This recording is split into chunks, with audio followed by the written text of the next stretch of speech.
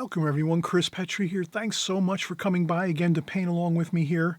We're having a great time. We're going to do actually a lighthouse in watercolor, and this is an extreme beginner series. So basically we're just going to cover the real basic nuts and bolts of watercolor, kind of give you the techniques, the methods you need to learn and use for your watercolors.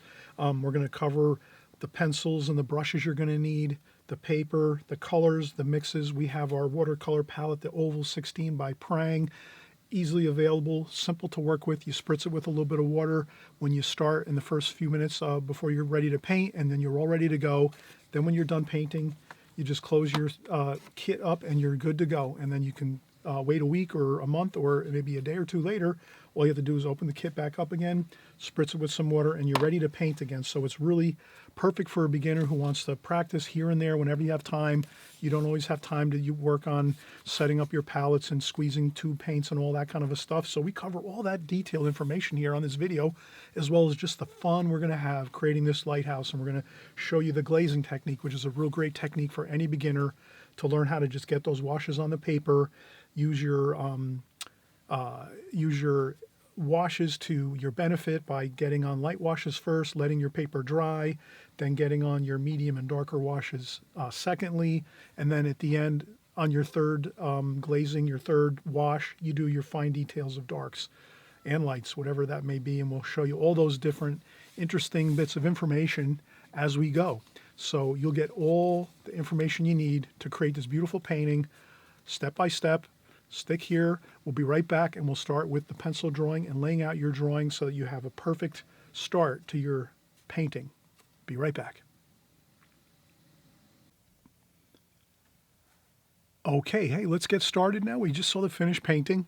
We'll just talk about a few of the things that we want to do to get ourselves all set up for the painting. So we're going to do obviously our pencil sketch first.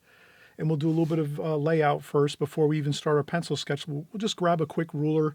So you can use any old ruler you might have. You can even use a straight edge, let's say, if you maybe aren't interested in using a ruler and measuring and things like that, which is okay too. You can use your artist's eye to like lay things out to get this painting done. But we're just gonna have a fun time. The main thing is, especially here when we're doing extreme beginner series paintings and tutorials, I always want to mention, have fun with it. Really, when you first start out, your first couple of years or so, you're just having fun, practicing, getting the feel for the medium of watercolor. You're not taking things all that seriously as far as, you're not out to create award-winning paintings when you first start watercolor.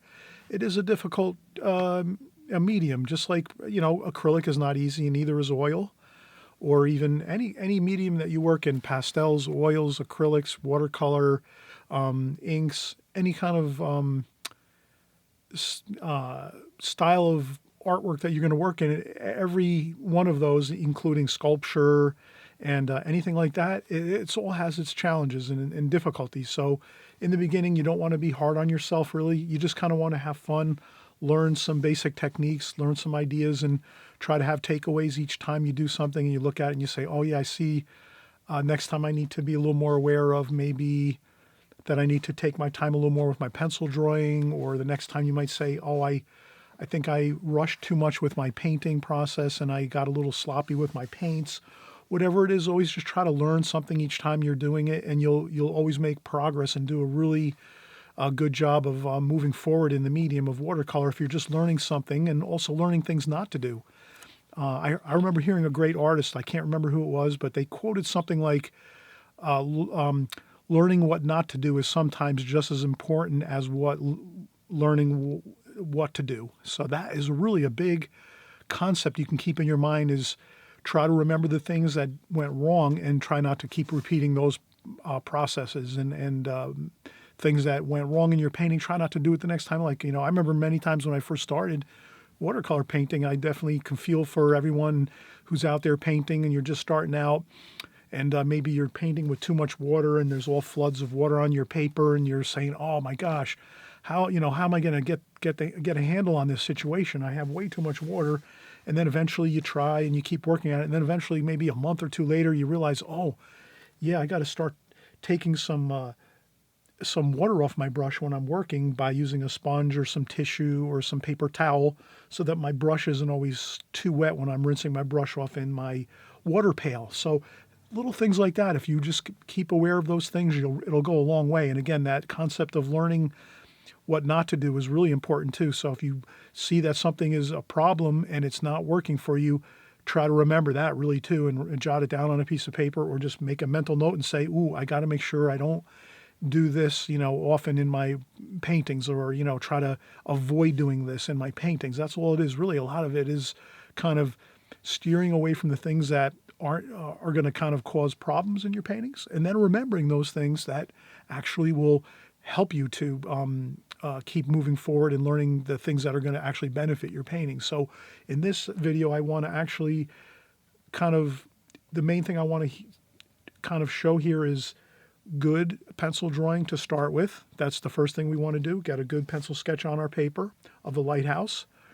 And then the second thing is just make sure that when we go in to do the painting, we carry out the process of, we'll use the glazing technique here, carry out the glazing technique properly so that we understand how to do the glazing technique and use that for our benefit.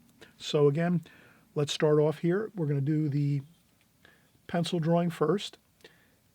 First thing I'm going to do is not even use anything like a ruler. I just want to get the basic idea of, let's fill up the whole picture space, this whole rectangle here. Let's get that tons of subject matter in here. We don't want to make a small lighthouse in the middle of the painting, only like, the size of a paint tube or something like that. We want to make this painting impactful, and we want to have dominance. So this is the lighthouse in this painting we're going to create right now is the dominant. We're going to see a real dominant force. When we look at this painting, it's going to be like, bam, it's going to be a powerful painting, exciting, because it's going to have dominance. The lighthouse is going to fill the whole picture frame here. So let's keep that in mind. So what I'll do first thing is do a really super light sketch, just so I kind of can see where everything is going to be. So let me make this just a quick little sketch, lightly, just for my own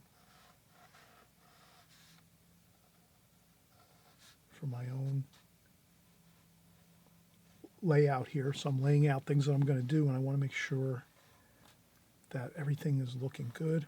And then we have that here. Basically, this lighthouse is kind of fun and not too difficult.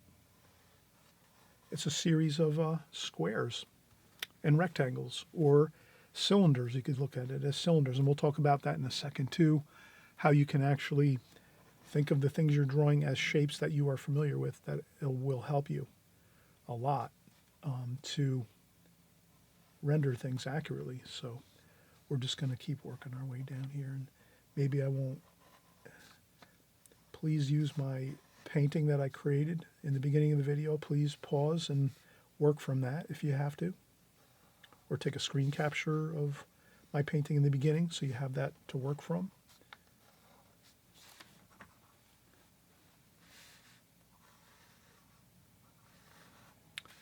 So what I'm doing is just trying to make sure I get everything in the picture frame I need to. This comes straight down here, like so.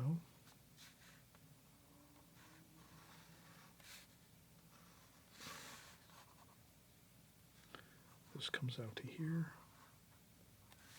And this is about there. So this is straight from here.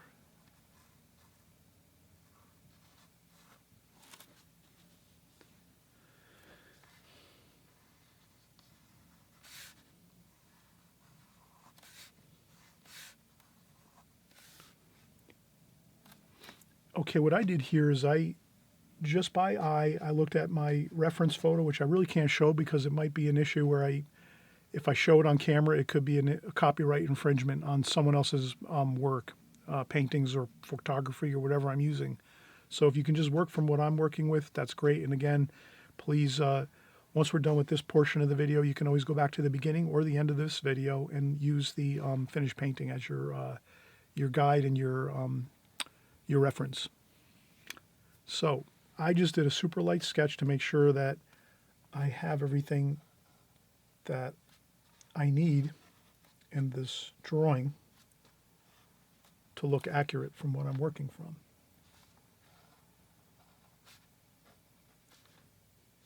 And I think I do have it pretty accurate.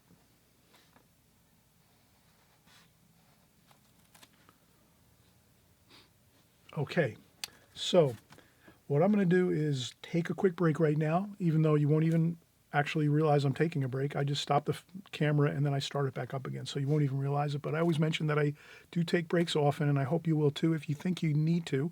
If you think you can just keep working through your painting, that's fine, and your drawing and your painting.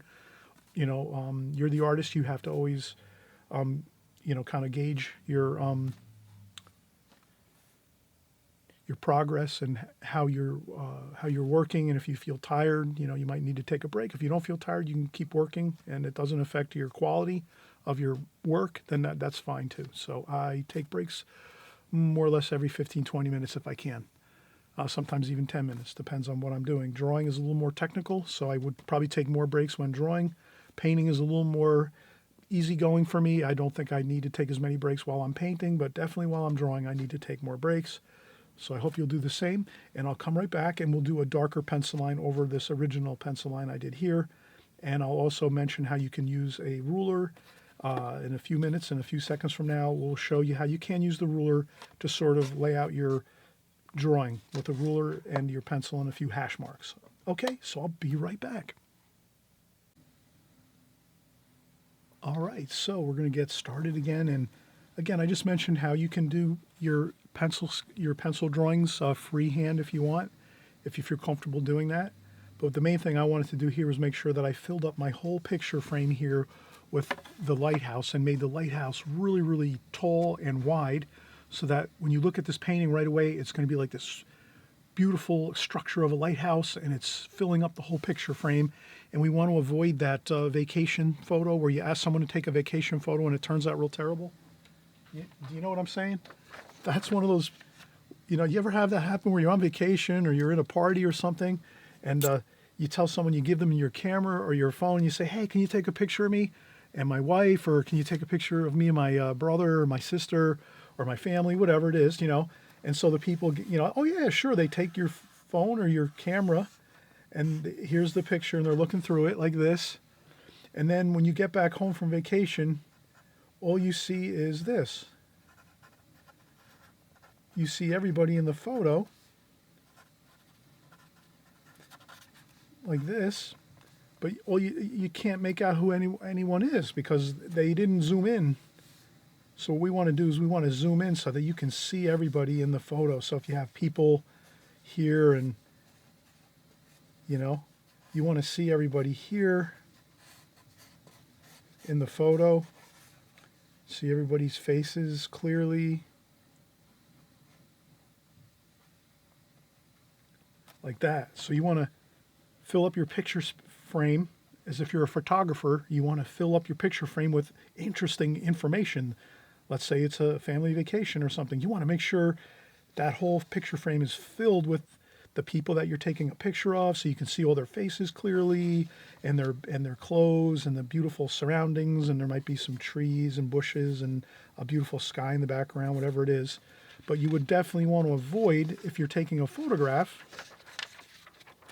having a picture frame like this and then taking a picture of some, like a family, let's say on vacation or whatever it is, or a couple people or a couple, whatever, and then you do this and take a picture, and then all you have is all this like space around here, and you're not seeing the main focal point of the scene of what you want to actually capture. So the same thing works, if you think of it the same way it works with artwork. You want to have your subject matter dominate your picture frame.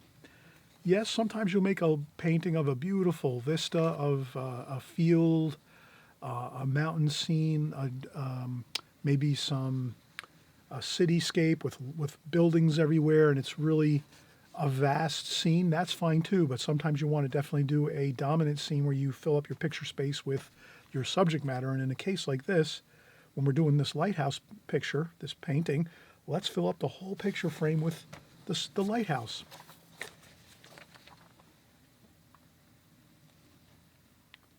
So, again, you can use a ruler as simply if you're working from a photograph or a like a book or a magazine or something on your phone or your computer. You can always go to your computer, a picture, a photograph, something in a magazine, whatever it is, and you can measure it with a ruler, figure it out, and say, okay, the picture I'm looking at on my phone is 4 inches high. And then if you come over here and say that, oh, my paper is 8 inches high, then you know you just have to like add that extra amount of space to your composition. So if I go to my photograph and my photograph says that the lighthouse is all the way up and it's 1 inch below, so let's say the top of the lighthouse is 1 inch below, let's say it's a half an inch below the top of your photograph you're working from or your phone, you just double it and say, okay, well now this has to be 1 inch because you're making this double the size. So if you can imagine, you can just scale things up. Again, we could use a quick little bit of note paper here to kind of give it a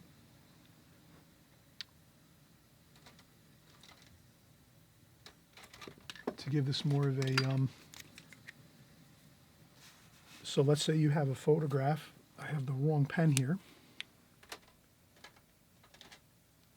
Okay, so let's say you have a photograph here and it's like this.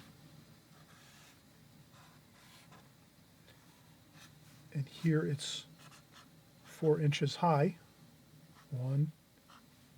So you have 1 inch, 2 inch, 3 inch, 4 inches. So let's say your photograph is 4 inches high. And so it's a photograph you're working from or a book or a magazine or your phone or your laptop, whatever you might have that you're using for your subject matter. And then let's say your paper that you're working on right now, so let's say your watercolor paper is 8 inches high. Well, now you have a different size paper. So you have 1, 2, 1, 2, 3, 4, 1, 2, 3, 4. So now you have an 8 inch high piece of paper. And then you say 1 inch, 2 inch, 3 inch, 4 inch, 5 inch, 6 inch, 7 inch, 8 inch. So now your paper is double the size of your reference photo that you're using, or something on your picture on your phone or your laptop computer, whatever you might have that you're working from. So you just have to remember if your lighthouse here, let's say, is like this, and it's 1 inch below the top of your picture space up here, you just have to remember that you have to double it over here. So you have to go 1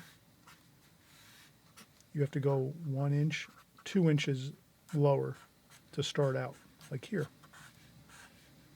So a lot of times it's just like doing adding and subtracting, like so. So now the smaller scale is 1 inch, 2 inch, 3 inch, 4 inch, or you can start from the bottom, 1 inch, 2 inch, 3 inch, 4 inch. So 1 inch down from the bottom of the top of your painting right here, it's 1 inch to the top of your lighthouse.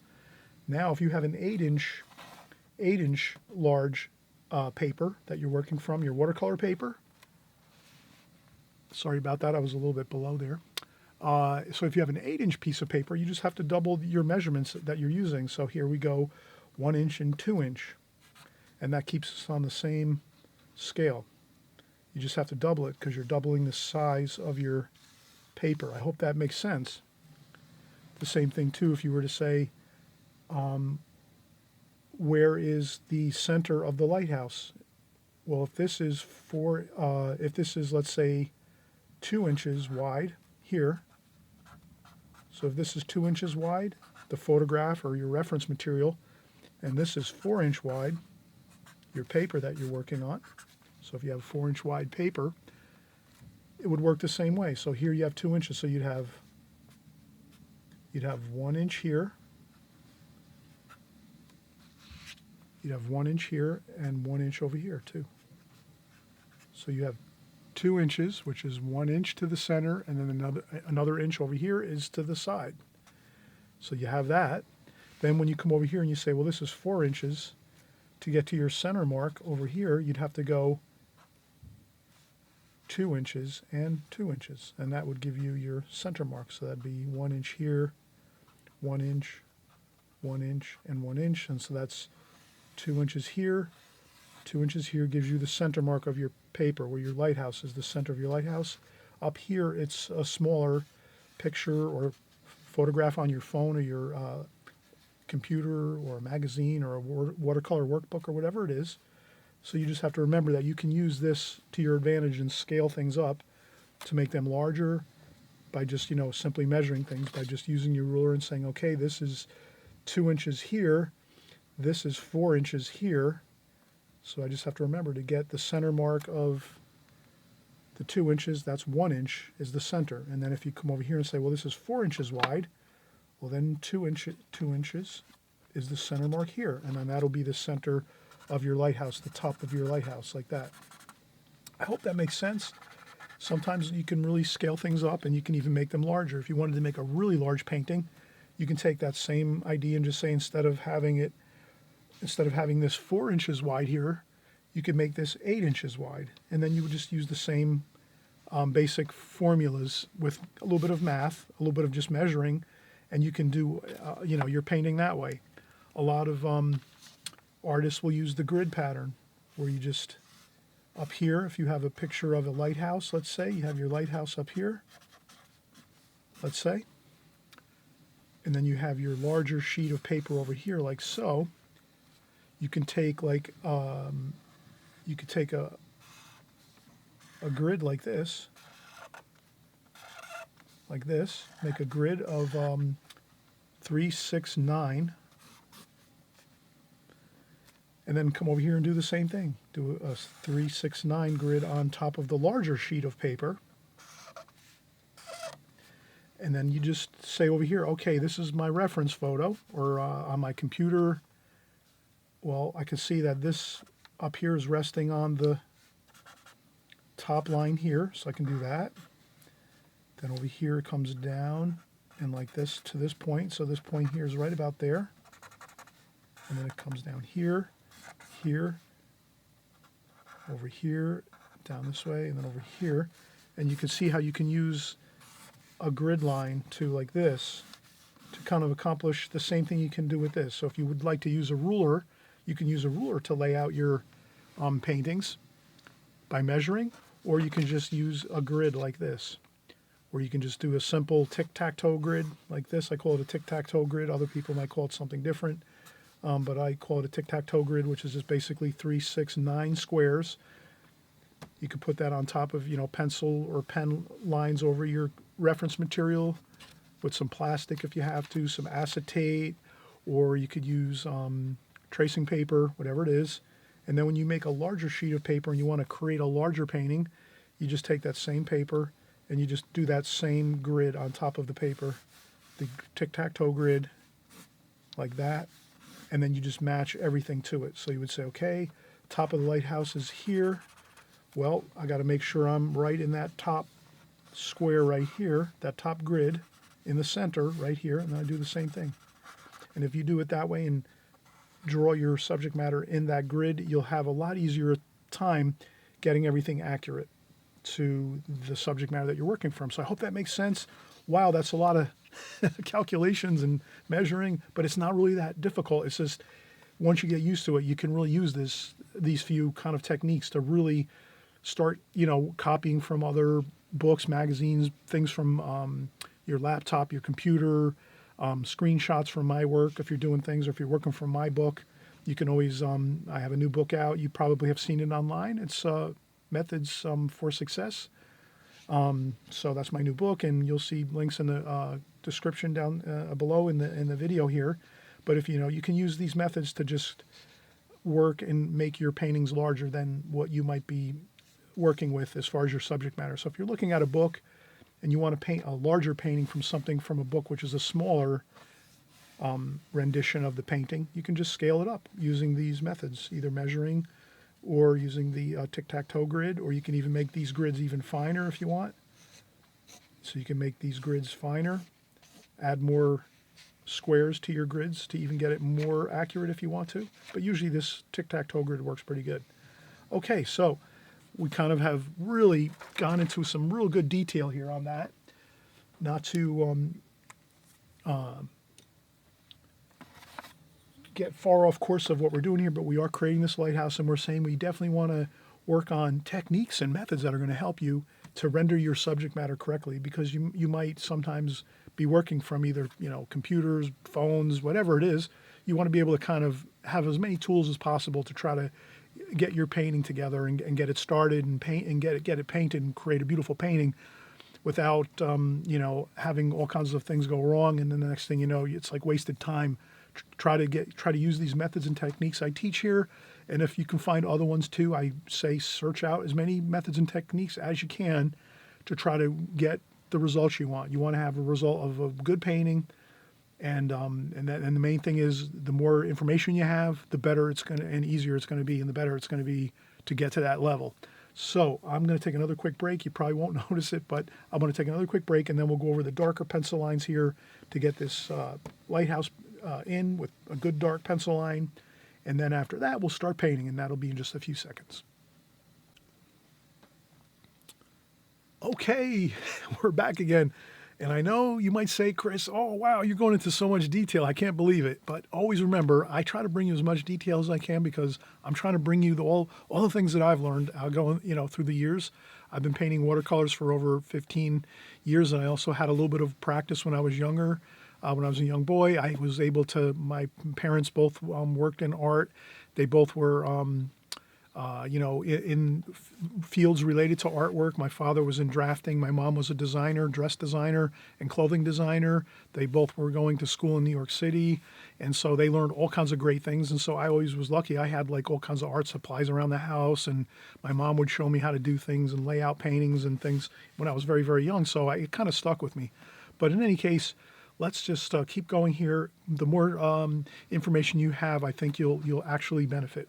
So we did that quick light sketch. Probably not too visible here on the video, but I'll start out here. So that's the top of the lighthouse there. And then this is the first, and as you can see, this lighthouse is kind of really fun because it's really, I'll mention this, try to think of each of these parts of the lighthouse as shapes. This is basically a square, so you have a triangle on top, and that's basically a triangle. And then underneath that you have a square. So that's a square there, and then you have some glass for the lighthouse. And then underneath it here is the base to the top of the lighthouse, and then you have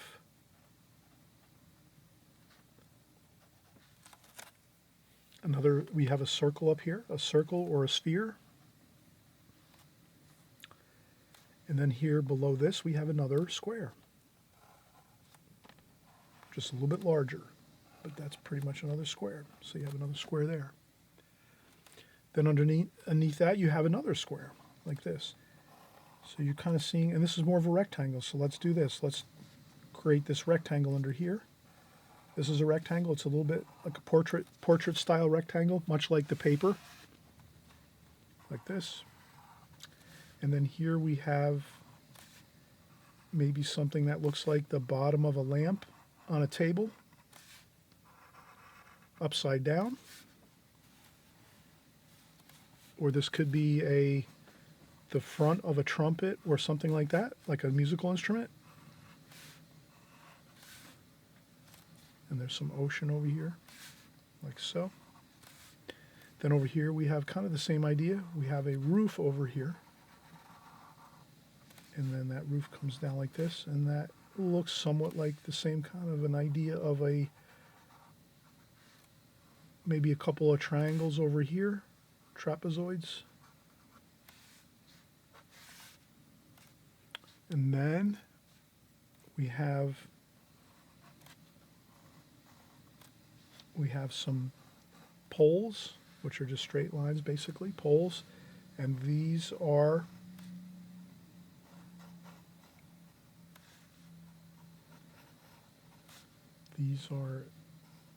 poles that hold up the roof here, the lower roof at the lighthouse.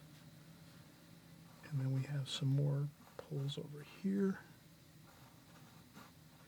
like that. And there's some sort of a small pulley system over here. That's on this side of the lighthouse. Over here, and that's another triangle basically. So you can kind of see these shapes are triangle here, rectangle here, square, square, pyramid, triangle, sphere. And there we have it. And then we have some railings up here, so we can just make those. That's basically a series of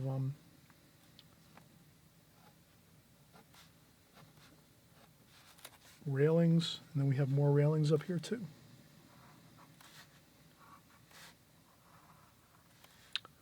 And this is these railings are about halfway across like that. So you can kind of see this railing here that we're going to make.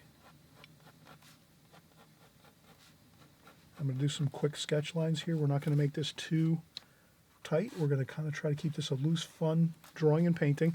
So this railing here is about halfway up this square. So you can kind of see the divisions, that it's halfway up on this square, the railing that goes across here. And then the same thing here. This railing is halfway up on this square, which is the top of the lighthouse where the light is, and the light is up here. So the light's up there like that in the lighthouse. And then here we have a lightning rod and a light also too. So there's a lightning rod and then a light on the top, and that's for planes and things like that. So they put a little beacon light on top of the lighthouse just to make sure if there's any planes flying by, they can see that light above the lighthouse. And then here we have some windows. Another, again,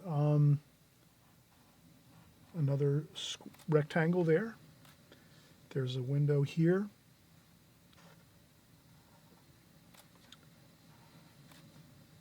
Another rectangle here. So this is really mostly squares and rectangles in this painting. Another window there. Another window up here. Kind of in the same line as this one over here. So if you can imagine, this is pretty much level across here, as well as these two tops of these windows.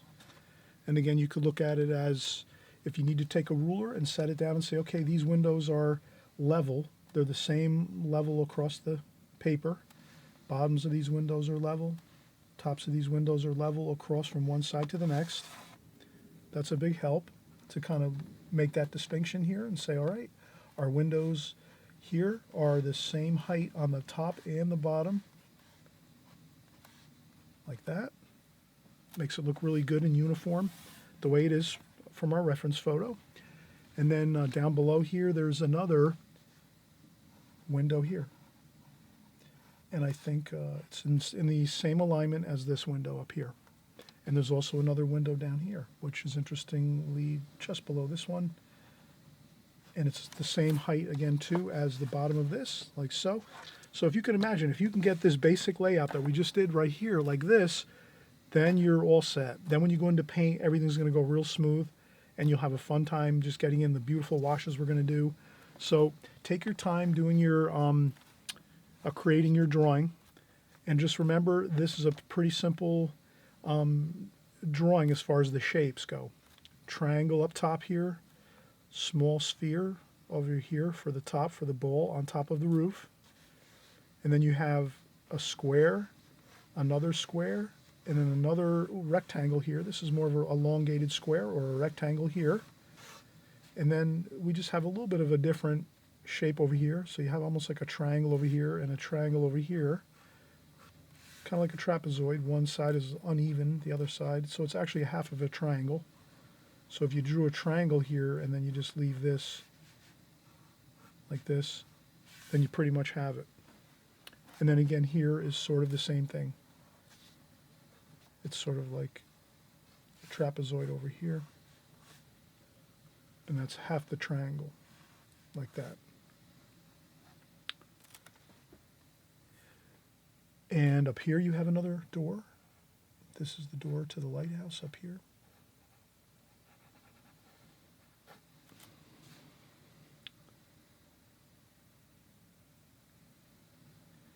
And I think that looks pretty good.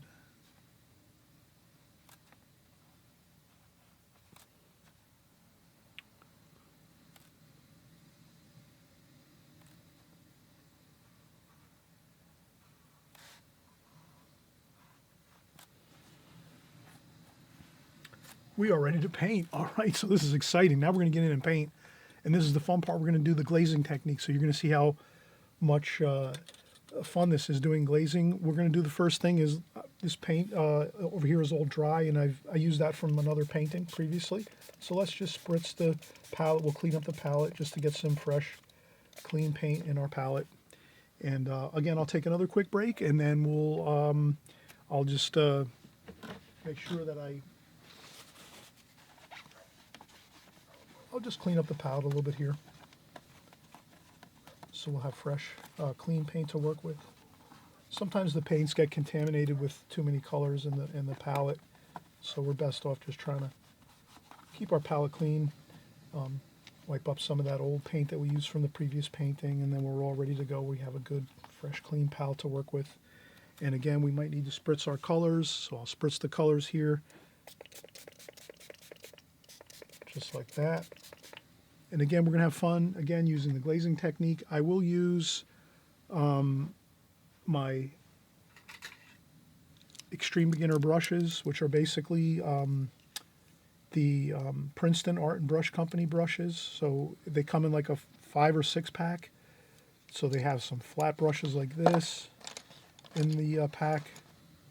And then also, too, there's a few round brushes. And then there's this round brush here, which is really good for details, and that comes with your Prang Oval 16 set. So many of you that are working in the Extreme Beginner Series, you already know the Prang Oval 16 set is really a great set to start with because it's not too much work having to deal with all this tube paints and squeezing out tube paints into palettes, and they dry, and they're really hard to work with. Once you get used to painting after a couple years, then you move into some tube paints and squeezed tube paints, but for starting out, you really just want to have it real easy for yourself so you're not getting bogged down with all kinds of maintenance things with trying to like maintain your palette with the tube paints. You just spritz this once quick for like a minute before you start painting, and it's all set and ready to go. So that's what we're going to do. We have this all set now. We spritzed a little bit of water on there, and then we're going to come back right in about 2 seconds, and we'll start painting, and we'll show you how to do the glazing technique, and we'll explain that as we go. Okay, be right back. All right, it's painting time, the most fun time, isn't it? Okay, so now the first thing I want to mention is right to my right, outside of the picture frame here, I keep my water bucket and a sponge, damp sponge. And so it's outside here, you're not going to see it really. I need to have most of the room for the painting and the palette. That's the most important thing you need to see. And so we're going to work that way, but you'll just know that I have my palette over, my water bucket over to the right here and my sponge. And basically what I do is when I rinse off my brush, I essentially rinse off my brush, and then I tap my brush on the sponge just a couple times before I go in and grab some paint.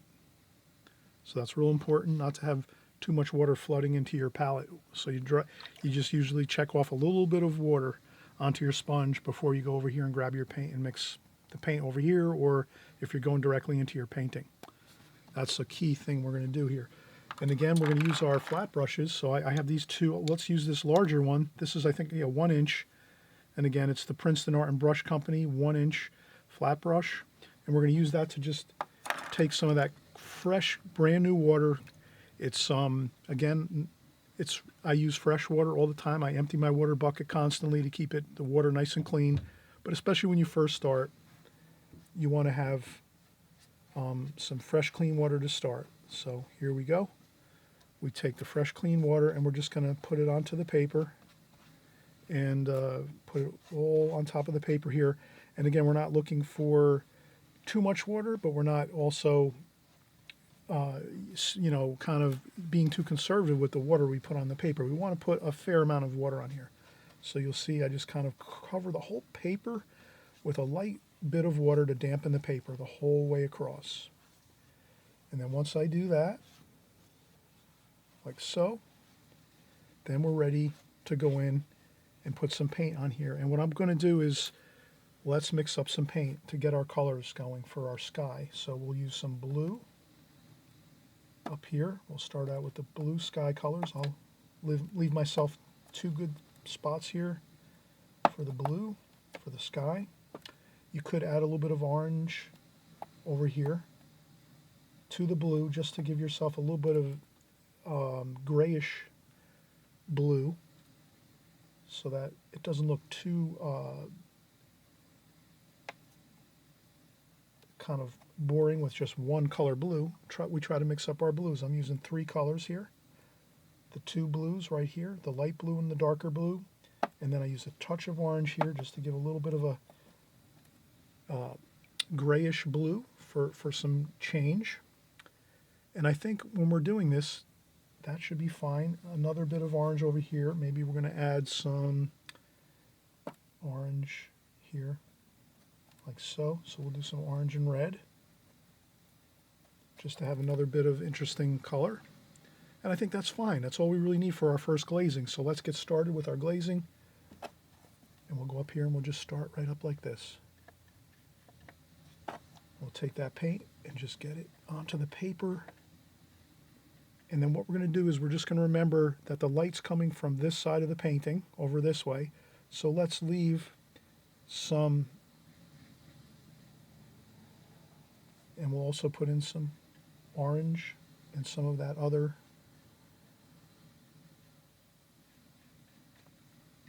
bit of color into the wash too. But let's kind of do this. Let's leave some light on this side of the water, the lighthouse, like that. And then over here, we have some trees in the background over here. And this is dark, so you can kind of do a nice wash just like this over everything. Let's leave this white over here. This is going to be a shadow over here, and a shadow over here, and a shadow over here. And if for any reason your shadow and your light on your lighthouse get a little bit, you can always lift up a little bit of paint like that to get back your white light that you're going to have on your lighthouse. So I'm going to do that. I'm going to lift up some like that. And then under here, you're going to have it darker. So you just kind of remember, and there's some trees over here. So we could do some trees like that, shapes of trees. But it's really our first wash, so you're not going to be too worried about perfection. You just want to get a light wash on everything. Like that.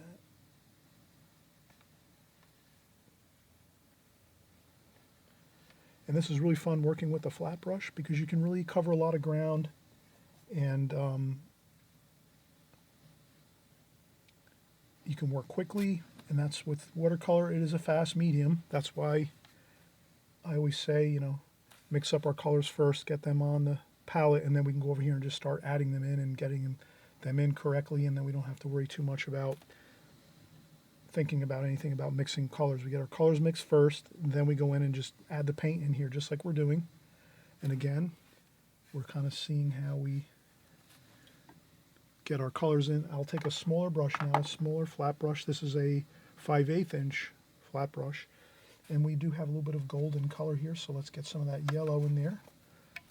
Maybe we'll mix it with a touch of orange too, but it's kind of a yellow color, and we'll just put it there and there, like that. Just a few spots of that yellow, and then we can also add a couple bits of yellow here and there if you want, but you kind of don't want to disturb up here too much. I would say that's really fine.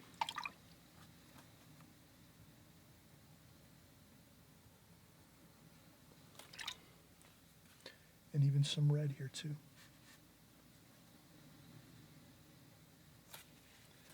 And again, you can lift up a little bit if you have to. You can lift up a little bit of paint.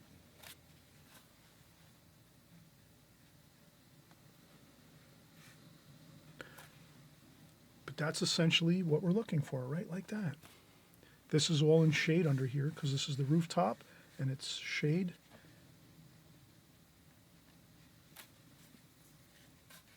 And we'll get more details in as we go. But now we're going to let this dry 100%. So now's the fun part. Let's let this dry 100%, and then we'll come back and we'll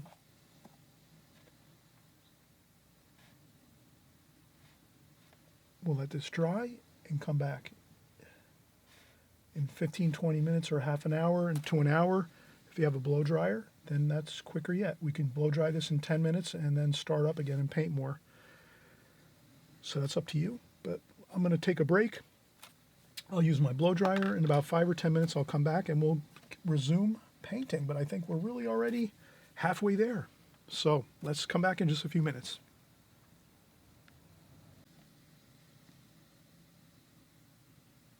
All right, we're back and we're going to finish up our glazing technique, our beautiful lighthouse painting here. So we started out, again, that first glazing, really key.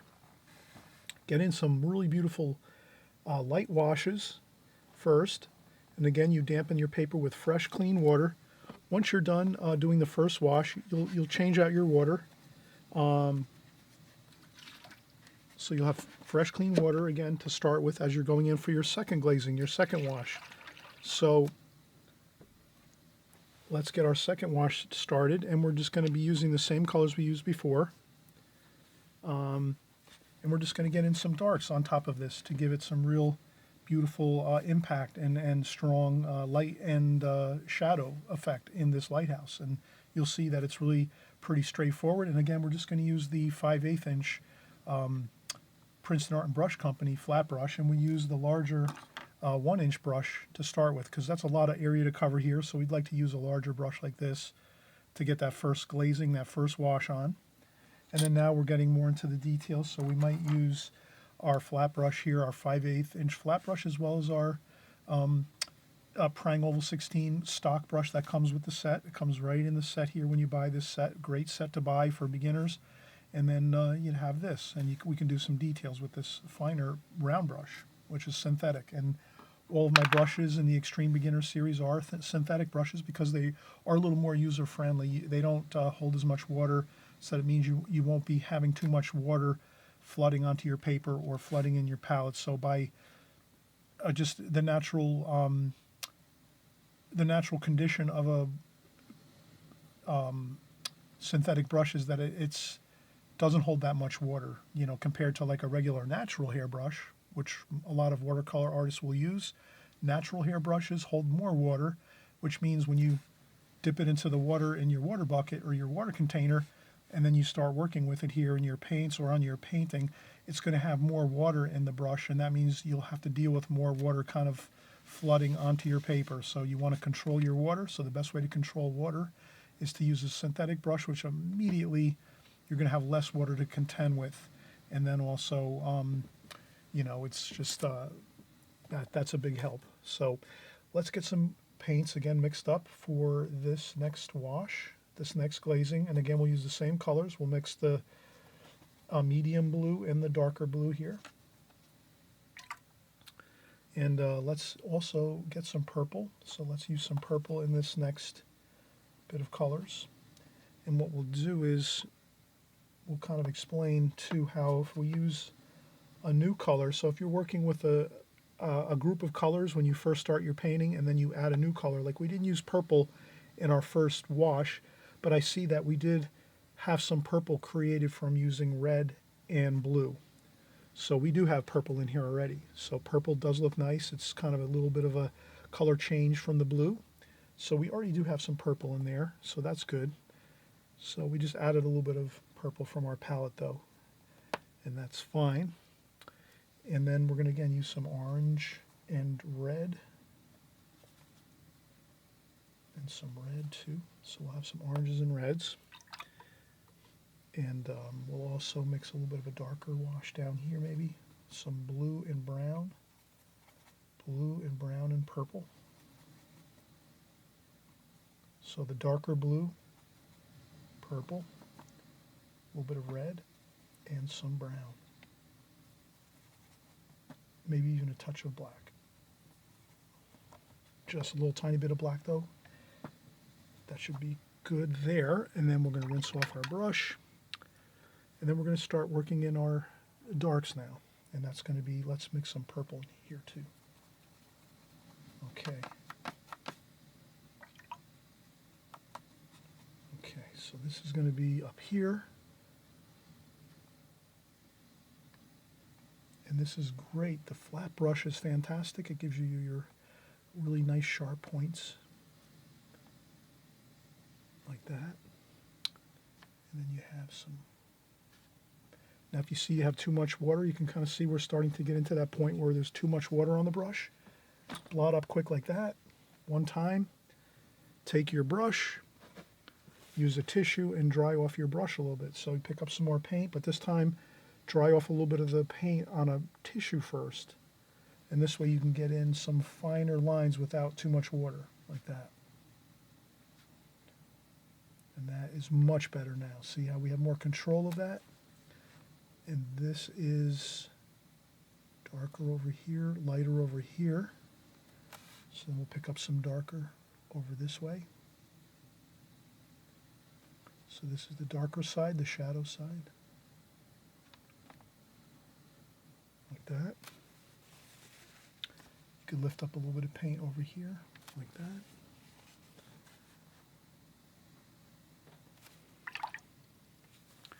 Then we're going to go in and get some blue and purple.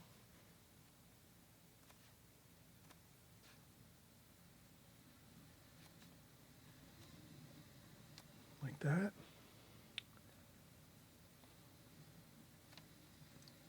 And the same thing over here, more blue and purple over here.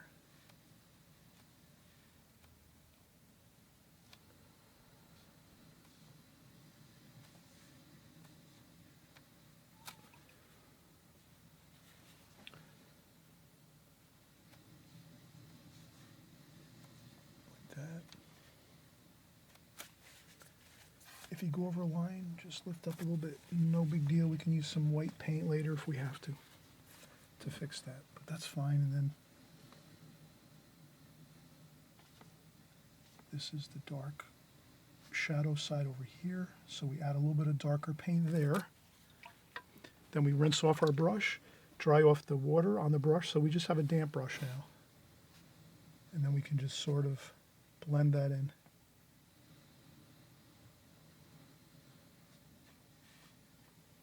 And then we rinse off our brush again, dry off, and then smooth this wash out a little bit along here.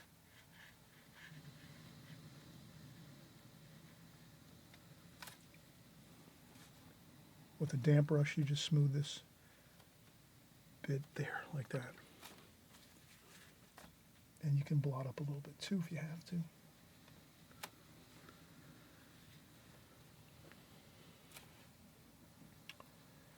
Then I see another shadow over here, like that. And then over here, there's shadow under here, like so. So I'm mixing my purples and blues here. This is shadow under here. And again, we're just having fun. And then we can take this and just bring that right down onto here. That.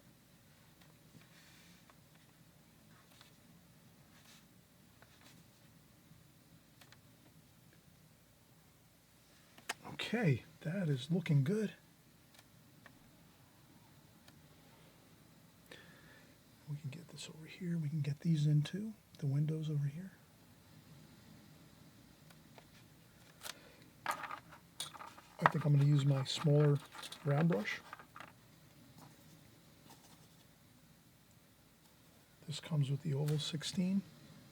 And I'll get this window in with a smaller fine brush, like that.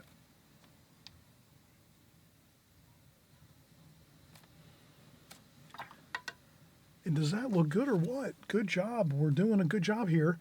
And looking good, looking good. So the next thing we're going to do is let this kind of dry a bit. I think that's the best course of action. When you do your second glazing with the darker washes like this, I would let this dry. And then once this dries, then we'll go back and we'll do our finishing touches. But I think this is pretty good right now. We can leave this as it is, let it dry, and then we'll come back and finish up next with just our final details of the darkest darks, which are going to be on the left side of this and the underside here where the bottom of the lighthouse is, and there's some darker windows over here we're going to finish up, and even some railings and things like that, which we'll do some more details. But again, this is a real fun painting to do. I'm hoping you're going to just kind of try it out, see that it really kind of gives you a good feel of light in a painting, how you can use your glazing technique, get the whole paper covered with some really beautiful washes, leave some white paper on there for your light. Then you go over again with your second wash, your second glazing. Once it's all dry 100%, that gives you more control over your second washes, your darker washes. And then from there, you're pretty much home free. You can let that dry, your second glazing, you let that dry like we're going to do now.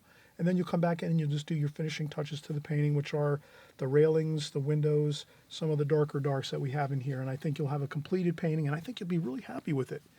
And so I'll be right back. We'll finish up now. Just want to let this dry. I'll use my blow dryer a little bit here to let this dry, and then we'll come right back. Oh, I always mention, hey, if you haven't subscribed yet, why don't you subscribe? It's right on the right-hand side below. Some of you, I know you've been watching for maybe a while and you're not sure if you want to subscribe. Please subscribe. All that does is really just give you like a heads up on each week when we're creating a new video. You'll see the video in your YouTube queue on the right-hand side of YouTube, you know, your videos. It'll just show you that we've created another video, so you can check it out if you want. This way you don't miss anything. It's not like you have to watch the video, but at least you know I made a video and we're all here. You'll know we're all here working on our next tutorial week after week, month after month, and year after year. So keep joining along here. Learn as much as you can. I do tons of techniques, tons of methods in watercolor. I'm always trying to bring you as much information as I can, because information is power.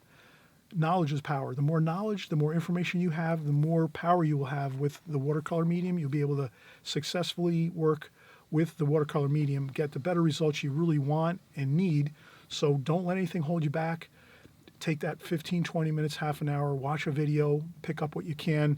Even if you don't have time to paint, still learning by watching and listening, you'll learn a lot, okay? So that's a big thing I always promote too.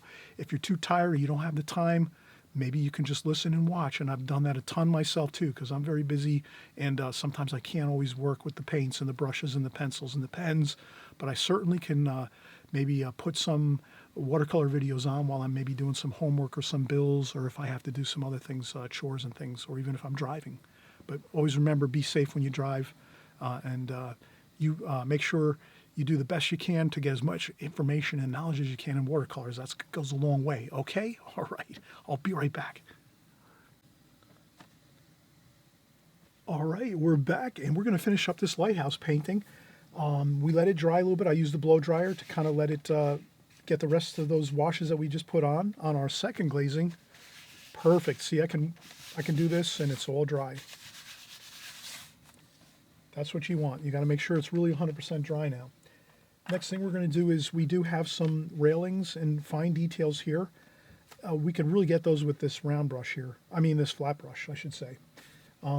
Let's try it out. It seems to be a little bit easier than using a round brush. So what I'll do is I'll take this. Let's mix up a little more darks. We'll use some brown and some black here with a little touch of red and purple and some blue too. So kind of like a mixture of all the colors. And I think that is fine. And then always to your benefit, if you're doing fine details like railings or things like that, street signs, anything like that, you take your tissue, you dry off your brush a little bit. Once you get some paint on your brush, you get your paint on your brush, you dry off your brush a little bit on a piece of tissue just so there's not too much paint and water on your brush, and then you can go in and do some details. So let's do that. Let's do our windows here. So we know we have those darker windows on here, and you're kind of recognizing that you're going to use my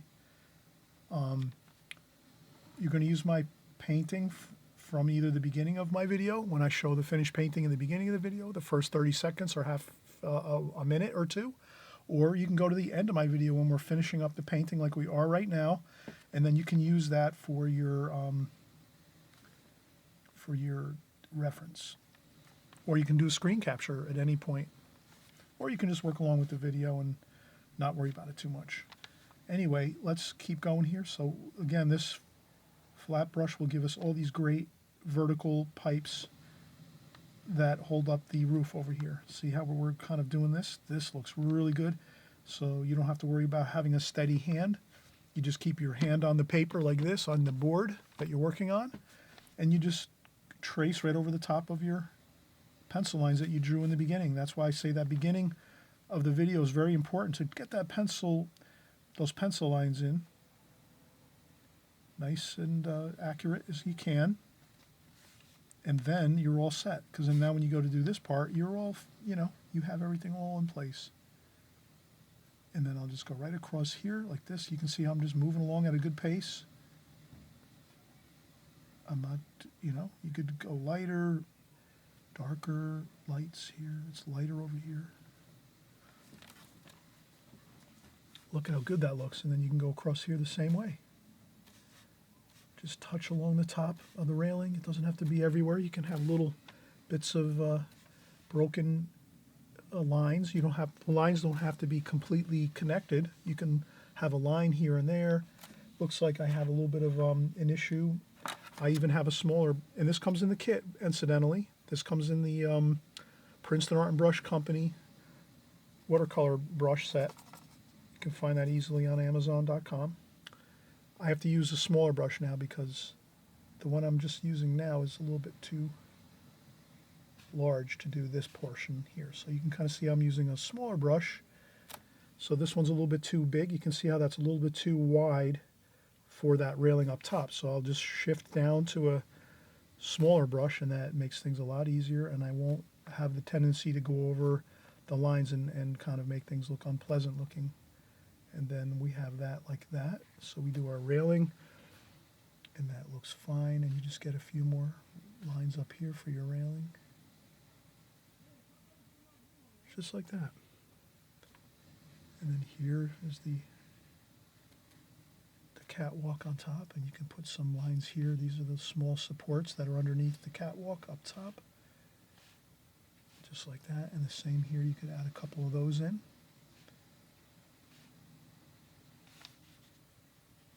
Just like that. And then we add this here. I just do a little quick.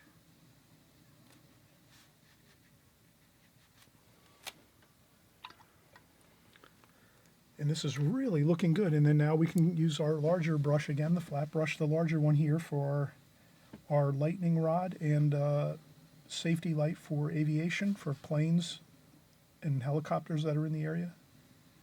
That's the red light up top there, just to make sure that there's a little bit of a warning light on top here, just in case any kind of aviation is going on above. So I put a little bit of a red light up there, and we'll put a little bit of it. And then over here we're going to have the sphere on top, like that.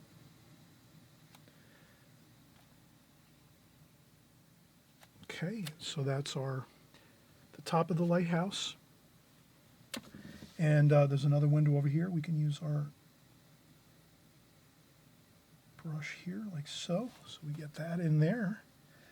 And then we also, the base of this is very, very dark. That has the most shadow. So we'll use our darker shadow here.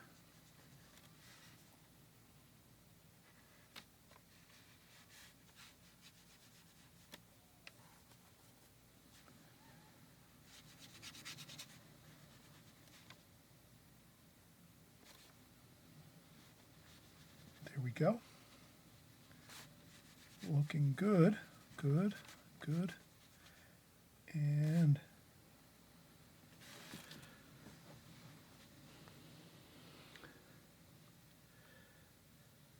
I think this is really coming together now. Everything is, we have everything there's a little bit of a pulley and hoist over here, so we'll put that in like that. And there's also, I forgot to mention, there is some railings over here, so we could do some railings like that.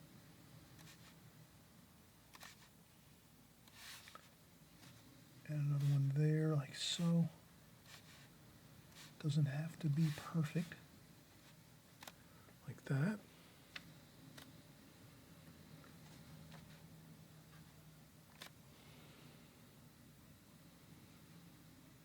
I think there's one more on the bottom, like that.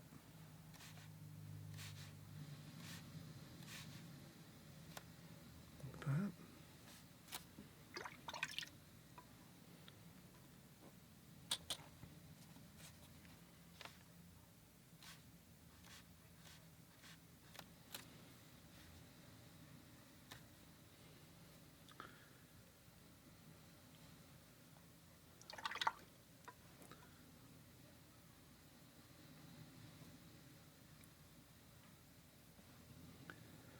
All right, I think that's good. Maybe just one more thing I wanted to add, one more detail. A little bit of yellow and orange light up here.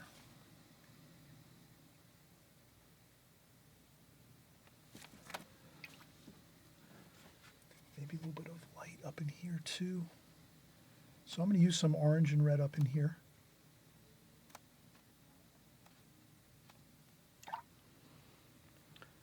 Kind of makes it look interesting. And some yellow.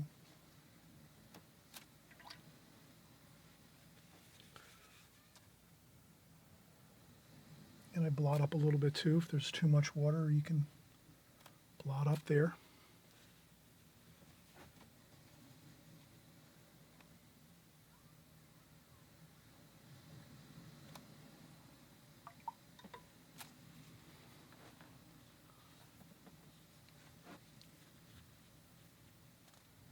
And I think that looks great. I think maybe we could do maybe a few more. I'm thinking, I say this, let's let this dry again. So we did all the railings, the windows over here. Let's let this dry again. I'm gonna use a blow dryer, blow dry this off, and then we'll just do a few more touches. I'm gonna do a couple touches of light with some titanium white with yellow ochre mixed in there, and you'll kind of see how adding just a few little bits of light in a few strategic locations will actually even enhance the light in this picture more. We're going to see how that works just in a few seconds. So, hey, if you've liked this video, I hope you're going to give me a thumbs up. Thumbs up helps my channel. We grow here on YouTube. If you're going to give me a thumbs up, that means you like what I'm doing here, you're enjoying my content, and this way we can actually all have a fun time together, and we're all kind of getting excited about what we're doing here. And let's come back in just a second. We'll show you the titanium white with a little bit of yellow ochre mixed in there to get a few more highlights. And I think there's a few other little things I can see, some shadows I might have left out. We'll get those in too.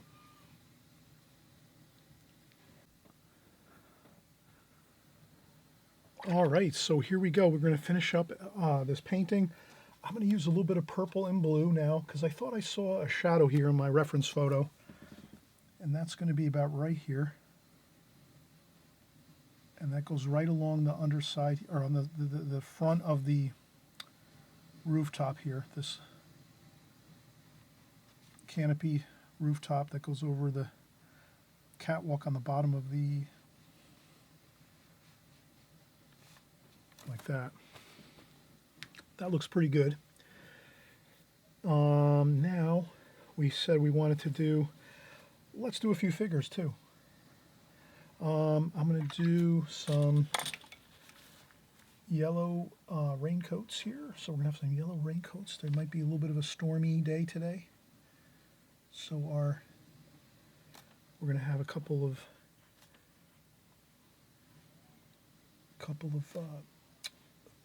lighthouse maintenance people. They're actually over here. They're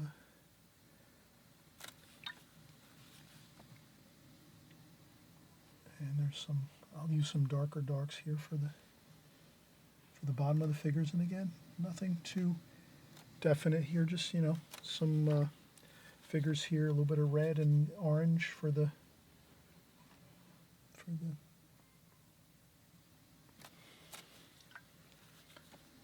And it's kind of good sometimes you put the figures kind of blended together.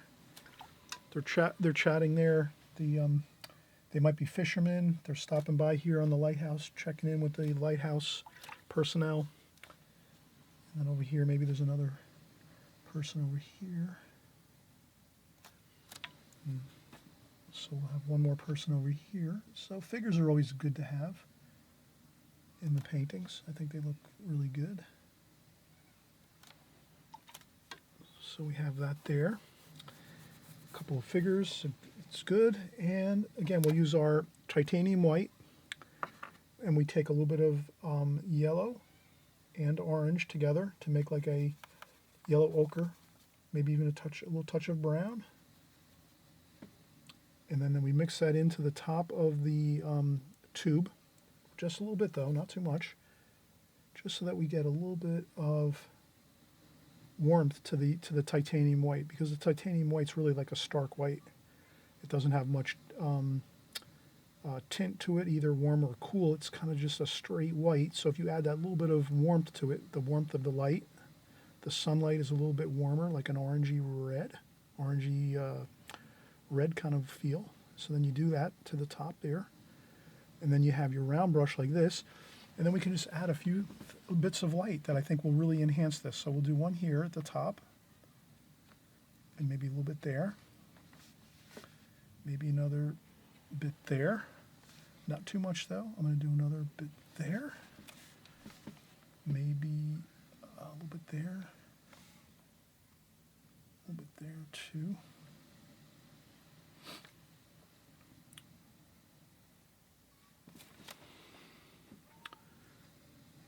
So if you can imagine, we're just trying to add a few little touches of bright white light to the painting. We can also add a bit there like that. Maybe some light is catching there, maybe a little bit there. And that's about it. I wouldn't do much more than that. These figures are in the shadow here, so I wouldn't do anything there really with any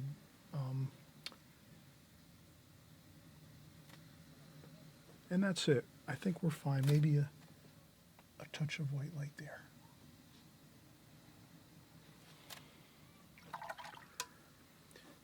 And maybe one more, a little bit of white there, maybe a little bit here.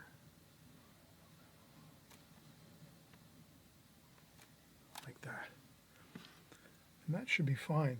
And if you think you went too much and you want to lift one of the highlights off, you can lift it off a little bit like that, even blend it in with a little bit of water, like that.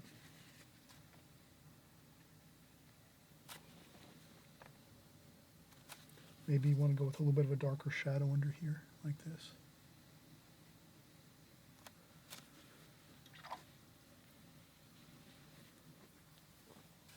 I think that looks pretty good though. I think under here could use maybe a little bit of a shadow there. And that goes like that, so you can kind of touch up a few spots.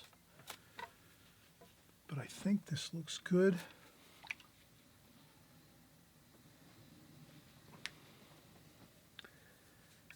You You can sometimes lighten up some spots too. You can come over here and add a little bit of damp water, fresh, clean water.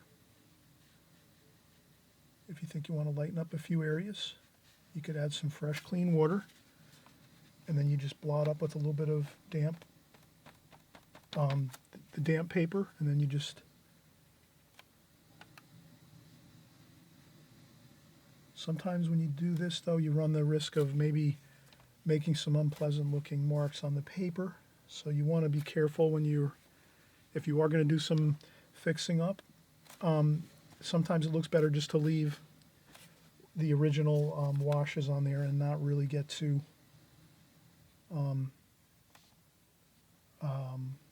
too concerned about trying to adjust things too much. I mean, you can have a little bit of leeway to do a few adjustments to the colors and maybe the washes, but I think the more we fuss with things tends to sort of cause issues of like the wash is not looking good. So sometimes it's better just to. So I think I'm going to leave everything as it is. I'm hoping you had fun creating this painting with me. We're going to lift off the tape and kind of see a little bit more of an interesting look to the painting once we lift off the tape. I didn't do much here at the bottom. Again, this is a composition. We're having fun creating this scene. We could do some water in the bottom if we wanted to over here, but I figure I'll just let it be as it is here. And I think we have enough information that we really can see how it turned out quite nicely. So you're going to see the painting again, this finished painting in the beginning of the video. You can always go back to the beginning of the video where we do a close-up of the painting a little more. And thank you so much for coming by. Thanks for painting along with me. I wish you good success with your paintings and have fun and great work. We'll see you on the next video.